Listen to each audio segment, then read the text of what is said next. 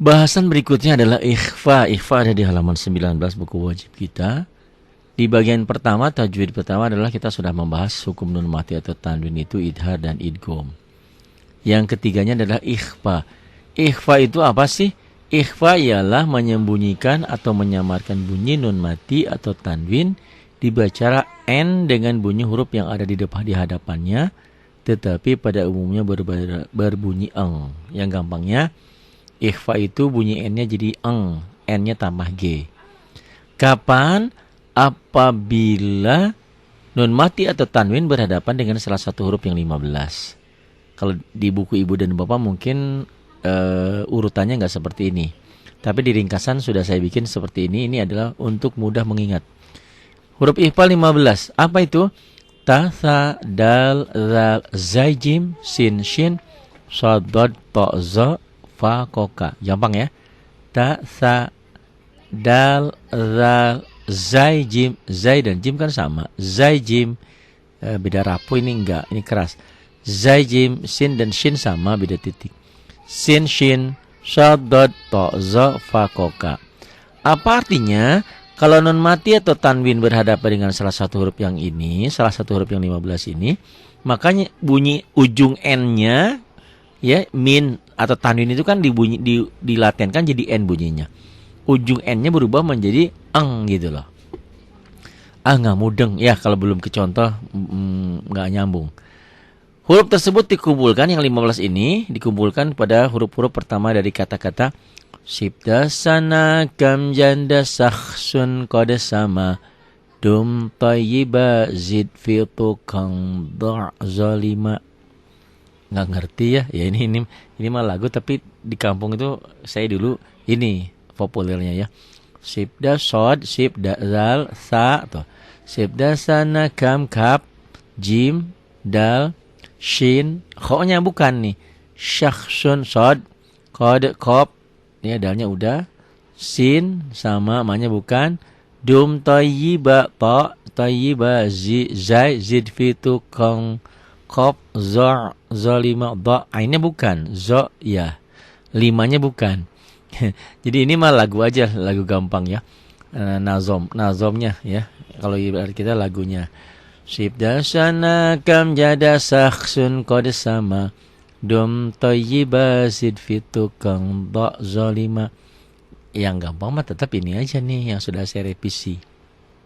Huruf ikhfa ada berapa? Nah, santri-santri itu kalau ditanya sama saya, huruf ikhfa ada berapa? Dari 15. Apanya?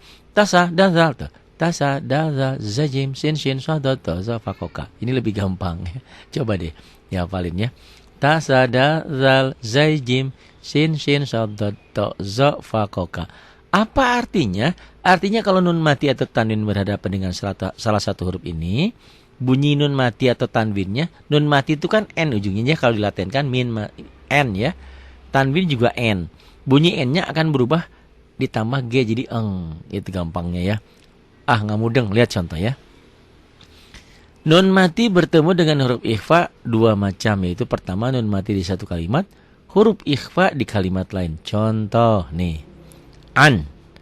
An solatihim. An, pemula pasti bacanya gitu. An. Ditanya, apa hukumnya? Ikhfa. Kenapa? Nih saya tunjukin. Karena nun mati bertemu dengan shad. Nun mati atau nun sukun sama aja ya. Ada yang bilang nun sukun, nun ada sukunnya. Nun mati sama saja. Nun mati ketemu shad tuh. Jadi ini sama seperti yang kita bahas tentang idgham itu, tulisan dan bacaan berbeda. Beda dengan idhar ya. Kalau idhar tulisan dan bacaan sama nih. An ditulisnya ada n-nya. Coba tulis ya pakai latin ya. An solatihim. Dibacanya ada g-nya tuh. Jadi boleh diulang, ditulis an kayak gini, an solatihim. Ibu tulis an solatihim, dilatenkan. Kalau ya laten tulisannya seperti itu, dibacanya jadi ada g-nya, jadi solatihim. Itulah ikhfa. Kenapa ikhfa? Karena nun mati atau nun sukun ketemu shad. Solatihim ini ya, nun sukun ini saya tunjukin ketemu shad. Man zalladhi. Apa hukumnya? Ikhfa. Kenapa ikhfa? Nih, karena nun mati ketemu zal. Nun mati ketemu zal. Tulisannya man ditulisnya, nggak ada g-nya, ditulisnya, dibacanya ada g-nya. Jadi mang zalladzi. Oh, itu toh. Nah, itu ya. Min syajarin, hukumnya apa min? Ikhfa. Kenapa? Karena nun mati ketemu shin. Dibacanya gimana? Min syajarin. Apa alasannya? Karena nun mati ketemu shin. Min syajarin. Min ditulisnya, dibacanya jadi min syajarin. Bukan hanya n ditambah g aja, ditahan juga, ada ditahan. Min syajarin. Min syajarin. Yang kedua, nun mati dengan huruf ikhfa bertemu di satu kalimat. Tadi kan beda kalimat. Kalimat itu jangan konotasi kalimat Indonesia ya. Kata dalam bahasa Arab itu ya, kata ini kalimat ini ya, kalimat. Kata dalam bahasa Indonesia, dalam bahasa Arab kalimat. Jadi ini nun mati bertemu dengan huruf ikhfanya beda kata, beda kalimat. Yang kedua, nun mati dengan huruf ikhfa bertemu di satu kalimat, di satu kata kalau bahasa kita ya. Fal yanzur. Fal yanzur. Hukumnya apa? Ikhfa. Kenapa? Nun sukun, nun mati ketemu zo. Bacanya gimana? Fal jadi fal yanzur. Tuh lihat latennya. Katakan ikhfa itu sama seperti idgham. Tulisan dan bacaannya berbeda. Ditulisnya ada bunyi n-nya. Fan. Ya, fal yan. Fal yan kan ada n-nya kan?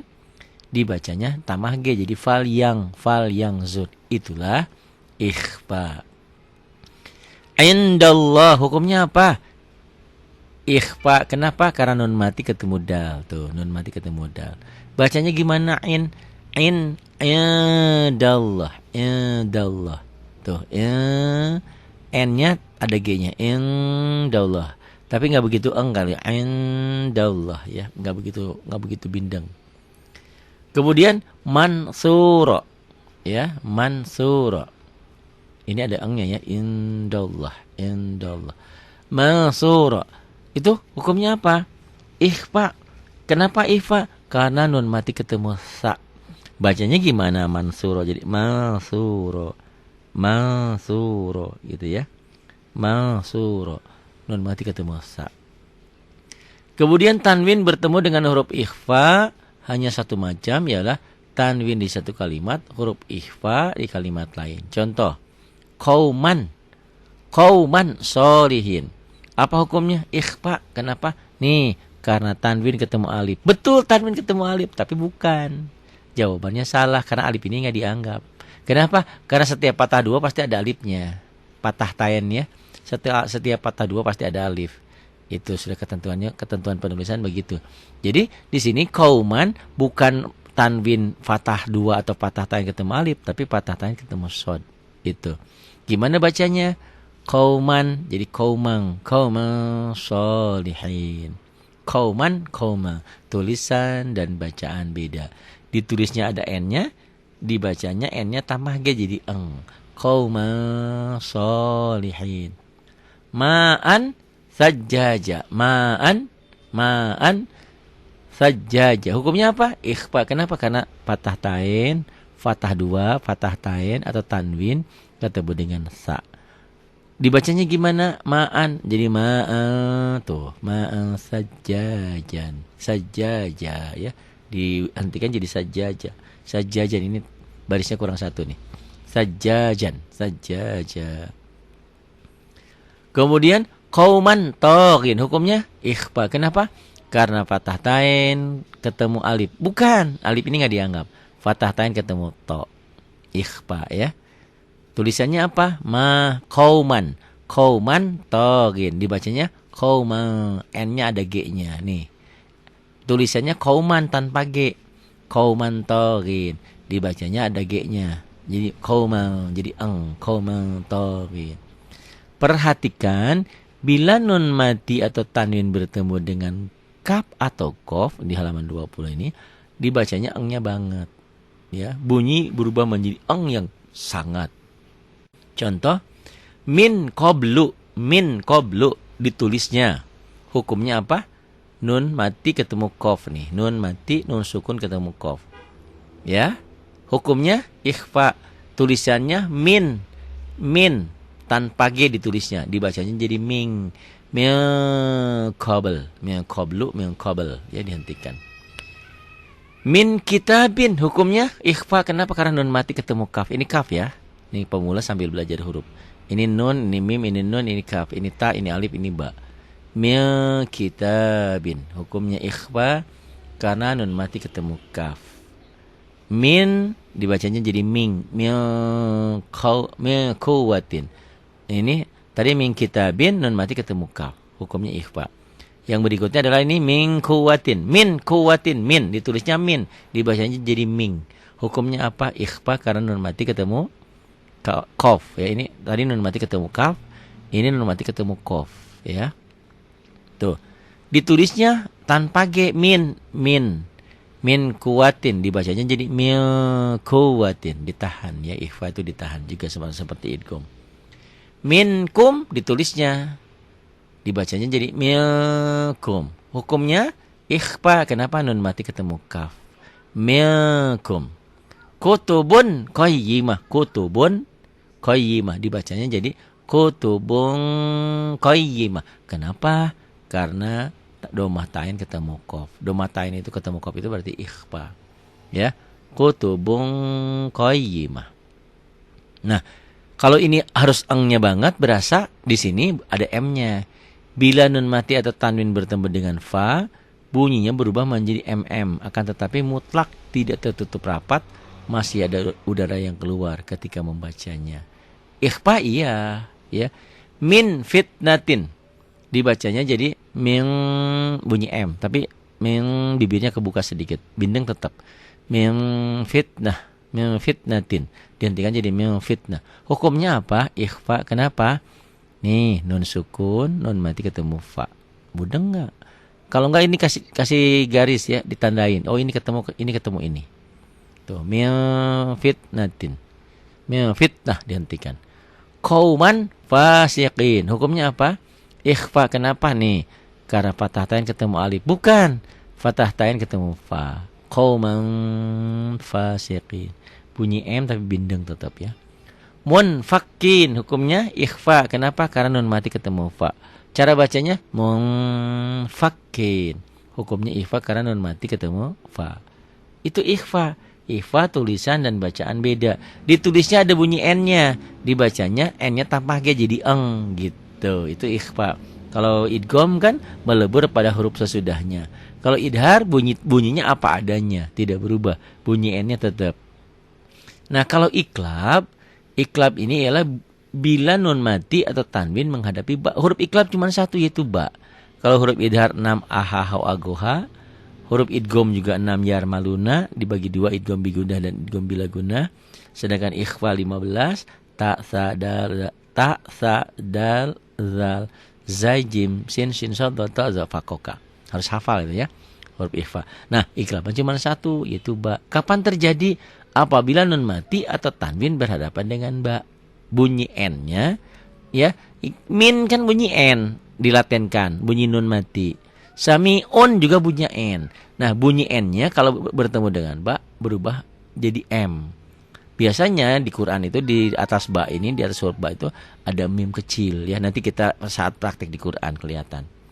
Jadi min ba'di dibacanya jadi min ba'di. Apa hukumnya? Iklab. Kenapa? Karena nun mati ketemu ba. Sami'un basir. Sami'un basir itu dibacanya jadi sami'un basir. Apa hukumnya? Iklab. Kenapa iklab? Karena domah tain, domah 2, domah tain ketemu ba.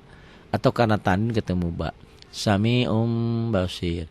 Yan bagi, yan bagi dibacanya jadi yan bagi. Kenapa? Karena nun mati, nun sukun ketemu ba. Satu kata, satu kalimat. Bunyi n-nya berubah menjadi m, ada bindeng sedikit. Yan bagi. Fi sun bulatin, sun. Fi sun jadi sum bulatin. Kenapa? Karena nun mati ketemu ba, huruf iklab ya. Bunyi n-nya berubah menjadi m, samar sedikit seperti ikhfa sapawi, seperti ikhfa saat membunyikan fa. Jadi fi sumbulatin. Katakan ya, iklab, ikhfa dan idgham, tulisan dan bacaan beda. Ditulisnya ada unsur n-nya, dibacanya n-nya hilang. Ini kan sami'un ditulisnya ya, dibacanya jadi basir. Min ditulisnya, dibacanya jadi mim ba'di. Fisum sun bulatin, sun n-nya berubah menjadi m. Fisum bulatin. Yan bagi ditulisnya, dibacanya jadi yam bagi. Nggak mudeng juga Pak Ari. Nanya lagi sama saya ya. Jadi nanti setelah kita praktek teori-teori ini, coba saya sajikan contoh-contoh yang lain. Ya di buku yang lain, ini hukumnya apa, kenapa, apa alasannya. Setelah itu nanti aplikasi ke Quran. Bingung juga SMS ya. Jangan malu, jangan takut.